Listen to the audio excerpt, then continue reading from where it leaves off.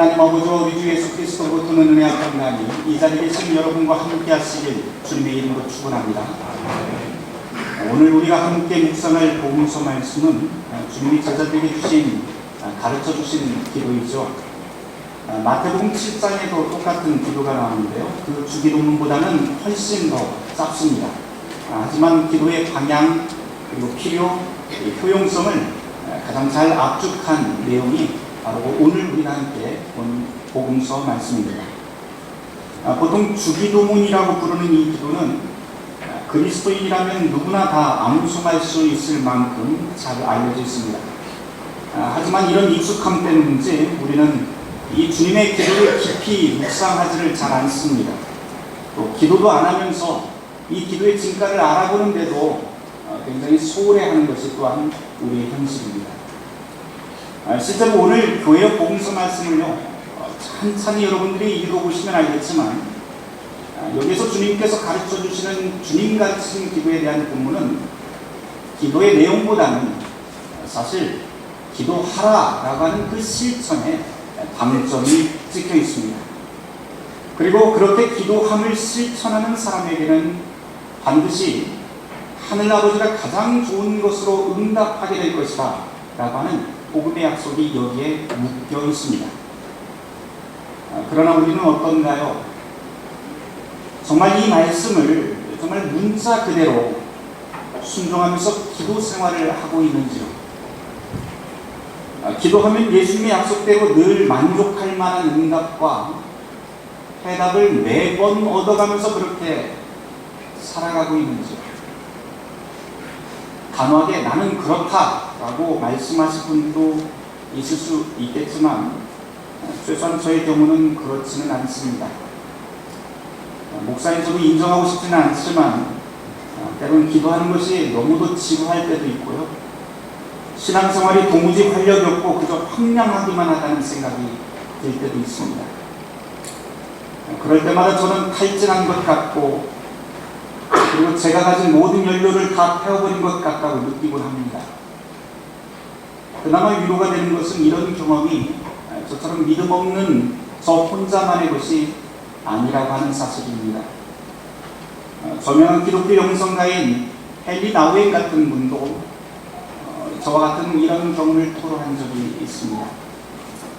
어찌되었건 신앙의 길을 가는 도중에 모든 것이 다 소진되어 버리고 탈진하는 경험, 공황에 빠져드는 경험, 삭막한 광야에 던져지는 듯한 외로운 경험, 끝이 보이지 않는 암울한 경험, 이런 상황은 누구에게나 다 찾아올 수 있습니다. 신자들이 이런 암울한 경험을 영적 고갈 상태로 그리고 마귀에게 붙들린 상태로 이것은 매우 심각한 신앙의 위기다라고 진단하는 분들도 있습니다. 그래서 그런 일들은 절대로 신앙인에게는 일어나서는 안 되는 일로 너무 간단하게 치부해 부리는 분도 있습니다. 그런 다음에 흔들리지 않는 삶, 확신에 찬 삶, 의심 없는 삶이야말로 참 신앙인의 삶이라고 그렇게 가르칩니다. 하지만 저는 실패와 탈진, 확신이 무너지는 경험이야말로 우리 신앙의 여정에 있어서 매우 유익한 과정이고 그런 경험이 생기는 게 오히려 정상이라고 말합니다. 왜냐하면 성경이 그렇게 우리에게 증거하고 있기 때문입니다. 구약의 출애굽기를 한번 여러분들 떠올려 보시길 바랍니다. 출애굽한 백성의 목적지는 분명히 젖과 꿀이 흐르는 약속의 땅 가나안입니다. 하지만 애굽에서 나왔다고 곧장 그 여정이 끝났다고 선언하지도 않고 애굽을 탈출한 백성이 가나안에 직행했다 라고 하는 이야기는 성경을 더더욱 가르치지 않습니다. 가나안으로 가는 길 한가운데는 어둠이 깔려있고 춥고 배고픈 탈진 그리고 삭막함이 지배하는 땅이 펼쳐져 있고 피 말리는 광야가 펼쳐져 있습니다. 가나안을 향하는 그 하나님의 선택된 백성은 그 길을 걸어갔고 또한 지금도 그 길을 우리는 함께 걸어가야 된다는 것을 성경은 우리에게 전합니다. 이런 길을 걸어가는 것은 사실 어둠 속을 헤매는 것과 같은 혼돈의 여정입니다. 신앙의 여정이 이와 같죠. 그래서 신앙을 하면서도, 신앙의 길을 가면서도 우리의 항상 기쁜 시간만 우리에게 찾아오는 것이 아니고 영혼의 어두운 밤이 찾아오기 마련입니다. 그리고 그런 밤을 경험하는 대부분의 경우 우리는 그 어둠의 요인이 무엇인지 우리 주위를 둘러서 찾아보기 시작합니다. 그리고는 내가 아닌 남 때문에 이런 일이 생긴다라고 생각을 하고 그 모든 상황, 그 모든 죄를 외부로 전가시키고 원망합니다. 하지만 지루함, 무기력, 삭막함, 정떨어짐, 이런 이름으로 찾아오는 우리 영혼의 어두움은 사실 외부 요인과는 무관하게 우리 자신의 속에서부터 한꺼번에 밀려 들어오는 것이 대부분입니다. 그러나 이런 경험을 한다고 해서 결코 수치스러워하거나 숨겨야 할 그런 종류의 것은 아닙니다. 오히려 옛 신앙의 선조인 십자가의 성 요한이 우리에게 고백했듯이 빛에 가까이 가면 갈수록 빛을 보게 될 수 없는 그런 경험이고, 빛이 강하면 강할수록 영혼에 누른 시력을 잃어버린 것과 같은 이치라고 할 수 있습니다. 이런 어두운 밤은 우리의 신앙이 한 뼘 더 자라기 위해서 마땅히 거쳐야 할 필연적인 과정입니다. 그러나 이것보다도 더 중요한 게 하나 더 있습니다. 그것은 이런 어둠을 만났을 때 과연 우리가 이제부터 어떻게 해야 될 것인가 라고 하는 주제입니다. 가나안으로 가던 사람들이 광야 한가운데서 탈진했을 때 할 수 있었던 일은 잠시 모든 것을 내려놓고 쉬는 일이었습니다. 그러나 그 쉼이 계속된다면 가나안 땅에는 들어갈 수가 없겠죠. 그리고 출애굽한 그런 이유, 존재 이유가 아무것도 없어지게 됩니다. 그들은 다시 일어나서 걸어가야만 합니다. 오늘 복음서 말씀을 우리가 함께 읽었는데요, 첫 번째 나와 있는 중요한 맥락도 사실 바로 이것입니다. 우리가 가야 할 목적지를 가이드에게 확인해보고 일어나 걷는 것, 그것이 바로 주님께서 우리에게 가르쳐 주신 기도라고 할 수 있습니다. 신앙의 눈으로 본다면 이런 암울한 경험들은 궁극적으로 하나님께서 우리에게 주신 것이라고 할 수도 있을 것 같습니다. 더 이상 자기의 자신, 그리고 나의 감각과 생각, 나의 판단에 의지하지 않고 내 눈과 감각을 멀게 할 만큼 강력한 그 하나님께 의지하라고 하는 초월의 신호인 셈이죠. 앞이 보이지 않을 정도로 막막하고 확신 없이 흔들리는 이 경험, 이런 경험 속에서 우리는 매번 우리 자신의 근원을 돌아보게 만드는 시간이 마련됩니다. 내가 살아야 될 이유, 내가 교회에 다녀야 될 이유, 내가 그리스도인으로서 존재해야 될 그 근본적인 이유를 이런 상황들은 뿌리채 뽑아 의심하게 만듭니다. 그러나 그런 다음에라야 우리의 토대부터 다시 단단하게 쌓아 올릴 수 있게 됩니다. 이런 치열한 물음과 흔들림이 없고서야 광야 같은 이 신앙의 길을 걸어갈 이유는 없습니다. 신앙이라고 하는 것은 본디 물음의 삶입니다. 이미 안정적인 애국의 삶을 떠나서 광야로 나와버렸기 때문에 이 걸음에 대한 확실한 답을 얻고 싶은 건 당연합니다. 그 때문에 모세에게 투정도 하고요, 또 예수님께 자꾸 투정도 합니다. 불평도 합니다. 원망도 합니다. 그러나 그런 투정과 탄식을 뒤집어 보면 단순한 불평이라고 치부하기보다는 광야를 통과해서 가나안에 들어가고 싶은 거룩한 욕망이 그 안에 있다고 하는 것을 우리는 확인할 수 있게 됩니다. 오늘 복음서 본문의 첫 구절에서 기도를 가르쳐달라고 하는 제자의 간청도 사실 이런 욕망의 표현이라고 할 수 있을 것 같습니다. 그런 제자에게 주님은 가야 할 방향을 우리가 소위 말하는 주기도문을 통해서 제시해 주십니다. 우리는 저마다 주님께 요구하는 것들이 서로 다르지요. 누군가는 가족의 행복을 구하고, 또 누군가는 부유하게 되는 것을 구하고, 또 어떤 사람들은 명예를 구합니다. 아마 이런 이유 때문에 토마스 아퀴나스는 기도를 욕망의 해석자라고 부른 것 같습니다. 사실 우리가 기도하고 있는 그 기도의 내용을 보면요, 그 사람 자체가 보입니다. 여러분도 한번 여러분의 그 기도를 매번 하는 기도를 한번 흰 종이에 써놓고 한번 확인해 보시기 바랍니다. 나는 과연 어떤 사람인가 라고 하는 것이 보이게 될 것 같습니다. 다만 우리가 기억해야 될 것은 어떤 기도도 쓸모없는 기도는 없다라고 하는 것, 그것은 여러분들이 꼭 기억을 하셨으면 좋겠습니다. 주님께서 우리에게 우선적으로 바라는 것은 우리의 기도의 내용이 100점짜리냐 빵점짜리냐 이런 거 관심 없습니다. 그것이 아니라 주님께서 정말 우리에게 관심을 갖는 것은 너희가 지금 기도하고 있느냐 라고 하는 것입니다. 그 때문에 주님께서는 우리의 욕망이 담긴 어쩌면 너저분한 기도들조차도 단죄하지 않고 오히려 기도하지 않는 것을 우리를 책망하십니다.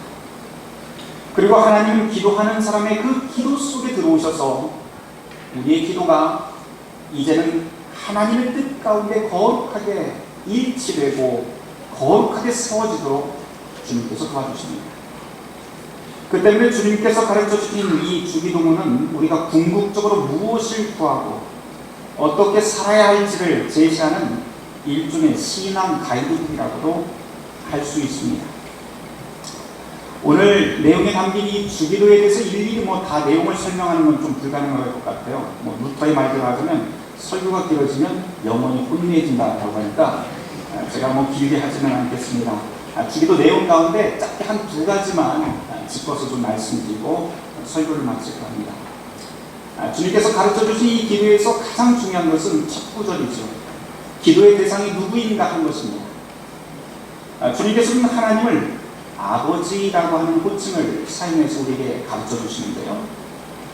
주님이 사용했던 언어 아람어라고 하는데요. 이 아람어로 아버지라고 하는 표현을 어떻게 발음을 하면 아빠 이렇게 표현합니다. 그냥 한국말과 똑같아서 굉장히 친근한 것 같습니다. 여기를 아버지가 아니라 엄마라고 불러도 될 것 같아요. 상관없습니다. 그만큼 친근하고 가깝고 우리를 품어주신다라는 그 의미가 아버지라고 하는 아빠라는 데 담겨 있습니다. 설교 준비하면서 좀 엉뚱한 생각이 났어요. 왜 하필 예수님께서는 이 구절에서 할아버지나 할머니가 아니라 아빠라고 그렇게 부르라고 했을까? 라고 하는 겁니다. 잠깐 생각했더니 답은 간단하더라고요. 할아버지들 손주 참 이뻐하죠. 그렇죠. 손주 해달라는 걸 다 해줍니다. 근데 할아버지가 하지 않는 게 딱 하나 있어요. 뭐예요? 혼내지를 않아요. 그렇잖아요. 그래서 할아버지한테 물어봐요. 왜 그렇게 애들 이뻐하기만 하고 혼내지는 않으시나 그랬더니 대부분의 할아버지들은 아마 이렇게 말씀하실 것 같아요. 혼내는 건 지 애비가 할 일이지 내가 할 일이냐? 그러고 보면 하나님이 우리의 아버지라고 하는 것은 다른 말로 하면 하나님께서는 우리를 사랑하시되 그 사랑 안에 심판까지도 함께 하시는 하나님. 그러나 그 심판이 저주하는 심판이 아니고 바로 우리를 회복시키기 위한 사랑의 심판이라고 하는 것도 우리는 생각할 수 있을 것 같습니다. 우리가 기도하면서 또 매번 있는 게 있죠. 우리가 요구하는 소원 목록은 참 기가 막히게 우리는 잘 기억하고 챙깁니다. 그러면서 내가 기도하는 대상이 누구인지는 까맣게 있습니다. 내가 기도 이거 했는데 이거 다 응답받았어 라고 하는 말은 많이 하지만 그 하나님이 우리에게 응답하시는 그 하나님이 도대체 어떤 분인지 관심은 별로 없습니다. 하나님이 우리의 아버지가 된다고 하는 것은 곧 우리가 그분이 가진 그 모든 것의 상속자가 된다고 하는 뜻이고 또한 그분과 가족과 같은 친밀한 관계 안으로 들어간다라고 하는 뜻이 됩니다. 다시 말해서 기도를 통해서 하나님은 이제 더 이상 우리의 먼 곳에 계신 분이 아니라 내가 가진 기질, 내 모습, 나의 나약함 그 모든 것을 그대로 있는 그대로의 모습 그대로 넉넉하게 받아주시는 분. 그러나 때로는 사랑의 시련도 우리에게 함께 해주시며 우리를 제자리로 옮기도록 우리를 견책하시는 분이시라고 하는 것을 우리는 알게 됩니다. 우리가 그런 친밀하고 거룩한 관계 속에 들어가면 비로소 거기에서는 이제 기도의 형식이라고 하는 것은 무의미해집니다. 통성기도가 되었든 아니면 침묵이 되었든 우리 기도 속에는 친밀한 마음, 진실한 마음만이 담기면 그것으로 됩니다. 이런 일은 오직 믿음으로만 가능하지요. 그런데 이 믿음이라고 하는 단어가 참 재미있습니다. 믿음이라고 하는 것은요, 절대로 일방적이지 않습니다. 믿음이라고 하는 말을 헬라어로 피스티스하고 그렇게 부르는데 번역하면 다른 말로 성실함이라고 그렇게 바꿔 말할 수 있습니다. 다시 말해서 우리가 하나님을 믿는다라고 하는 것은요, 그냥 머리로 믿는 것이 아니고 내가 그분 앞에서 성실하게 산다, 성실하게 행한다라고 하는 뜻이 됩니다. 성경에서는 이것을 단순히 우리가 하나님 앞에 성실해라 이런 말로 표현하지 않습니다.